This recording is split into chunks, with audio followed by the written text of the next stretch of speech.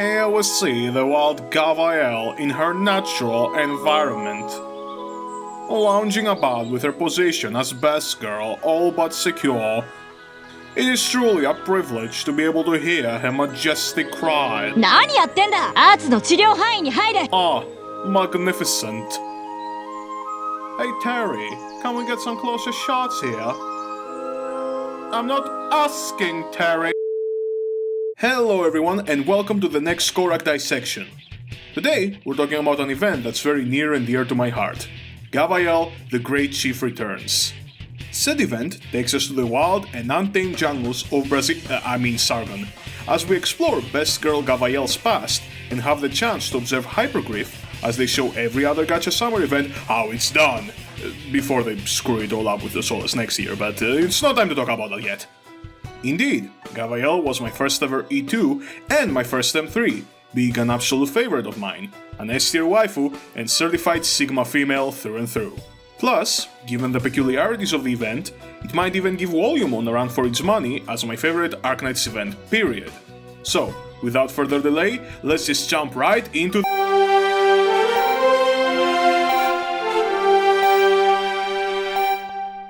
Breaking news! Local Croco Girl shoots down GigaChat Crash's plane with a fucking rocket launcher, potentially destabilizing entire region's budding industrial evolution and almost killing Sen Crash's friends and co-workers for the sake of Yuri, which I, for one, find entirely logical and reasonable. But on a more serious note, the story follows GAVIAL and a select group of Rhodes Island operators as they find themselves stranded on a particularly rough part of Sargon. Along the way, they will encounter the colorful locals and get into various misadventures, as more of GAVIAL's past is gradually revealed and the ultimate fate of this small, yet significant part of the world is decided.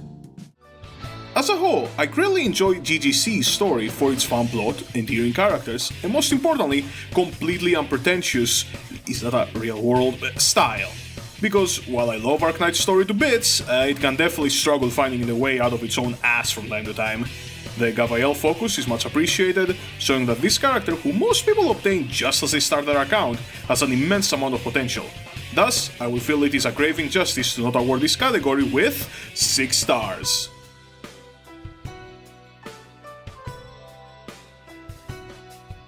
If I had to summarize the main gimmick of GGC in 3 words, I'd call it brilliant but unimpressive. Now, I know that some people may need an explanation following the sheer outbursts of brilliance. What I mean is, the gimmick is an incredibly intuitive and highly reusable tool, a resource allowing you to create new deployment spots in exchange for a defensive buff and using a unique deployable utility unit that the stage itself provides. If you need proof of its effectiveness, just look at how many stages have used it since the event concluded.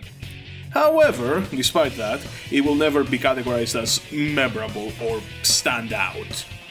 For a comparison, we can use my personal favorite gimmick, the gramophones from Twilight of Volume. They have seen far less use after the event in comparison to the Croc Lumberjacks, but when it comes to sheer impressiveness, a bunch of lizards cutting mushrooms doesn't quite match up with the tug of war between your ops and enemy units for control over a fucking super weapon. As for the mobs, the Croc Squad, as I like to call them, are quite the effective bunch. The sheer vibe of fighting crocodile men, plus the mechanical challenges they provide, are more than enough to consider them an adequate enemy lineup. Now for the boss. The big, ugly thing. 6-star name, by the way. It's a fairly standard bit stick, all things considered. Its interaction with the mushroom gimmick not doing that much for me. But don't let its lackluster first phase deceive you. Upon depleting its HP, the mech literally goes nuclear and leaves its pilot to run around with its ass literally on fire. Said pilot then becomes a separate enemy that will Naruto run all the way to your blue square if you don't deal with them. Overall, this is probably my favorite boss presentation in the entire game. Concluding this section, I will have to award GGC 5 stars for the gameplay category, as some of the less flamboyant aspects of the mechanics get overshadowed by its stellar presentation and reliable quality. Alright, now we get to the part of the show where we look at what Yostar is trying to sell us this week. Let me see here. Unectus. Hey Raxi! Shit! Son of a... What? Is it plagiarism if I just link Dio's video here? What do you think? How about making your own videos for a fucking change? Shit. Jokes aside, you should all go watch the video on Yunekte since it's not only excellent, but reflects my own thoughts on her quite perfectly. If I had to summarize them here, I would say that I enjoy her gameplay and I am not a fan of her character design. While I think she's objectively a 6 out of 10, I am generally adverse to fanservice. Having a character be promiscuous is something that actively detracts from my enjoyment of said character, unless it is an intentional and rational part of their design. And the fact that the culture I am part of, anime, gacha, Japanese-inspired media in general, seems to have a perpetual horny issue doesn't help. When you dislike something, having it shoved in your face is bound to make you hate it. Hear that, Durin fans?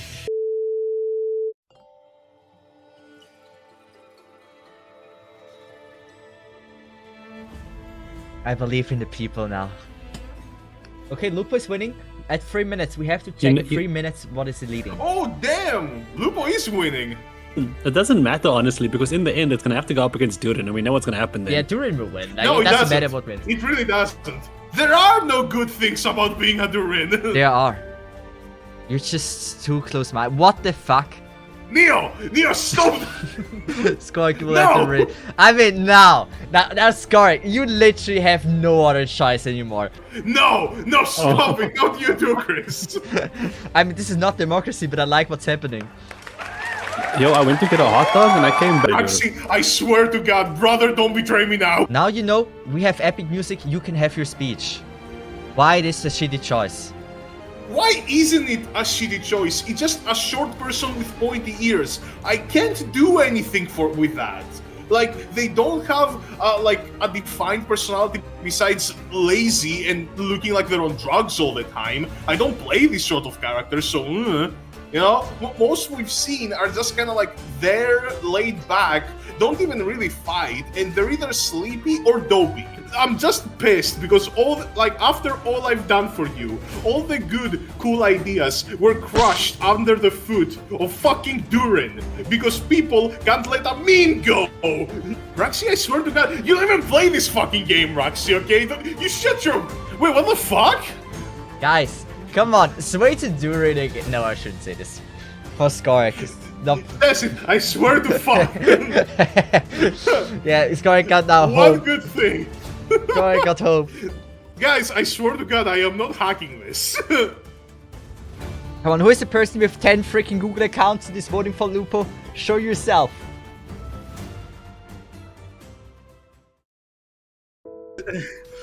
Fina Dragot says what my opinions are on Durins, what my opinions are. So we did the whole war on Durins the other time, and I gotta be honest, I voted for Durins, and on the final vote, I actually voted for something else. So I gotta be honest with you, Durin crew, I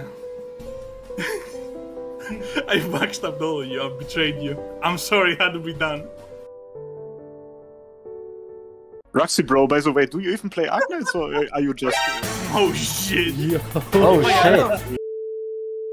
Moving on, my opinions on the rest of the lineup are way more positive. Flint is part of the I'll beat the shit out of you archetype, and I just love the way her gameplay is realized. While her original design didn't do much for me, her recent skin basically completes the circle and turns her into an all-around great operator. Finally, moving on to Tomi. I said moving on to Tomi.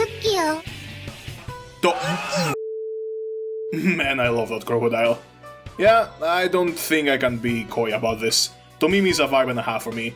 I love the design, character, and the reveal of her involvement in the story is probably the single most memorable moment in AK history for me, tail slap and all. Plus her skill too is fun as hell to bonk people with. Yeah, 6 out of 6 operator right there. Shidrop just kinda exists for me. While I can't deny the idea of a skateboarding burb is pretty cool, the execution just doesn't do anything for me. I don't dislike her per se, but I don't really like her either. Overall, while I love the 5 stars, the main star of the show was definitely a letdown for me. Sadly, I'll have to award this category with only 4 stars.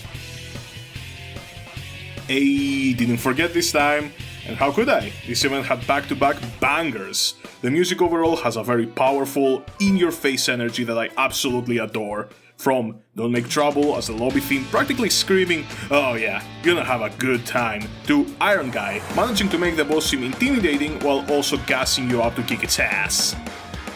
Usually I wouldn't count song names as part of the praise, but come on now. Freeze, Asshole, I'm fucking back. It's like GAVIAL's GigaChat energy has seeped into the song's very existence. Also, new Ouse song specifically for the event. Not really my cup of tea as a song, but still, new Ouse song specifically for the event. Come the fuck on now. 6 stars, no outro needed. This particular category is a bit lacking, if I am to be honest. We get a decent furniture set and some beach skins. Now, if you know me, you know beach skins and me have an 1,000-year-old blood feud that can only end in some sort of Homeric divine tragedy. But these specific ones are not too bad, well, things considered. Metal set, bottom text.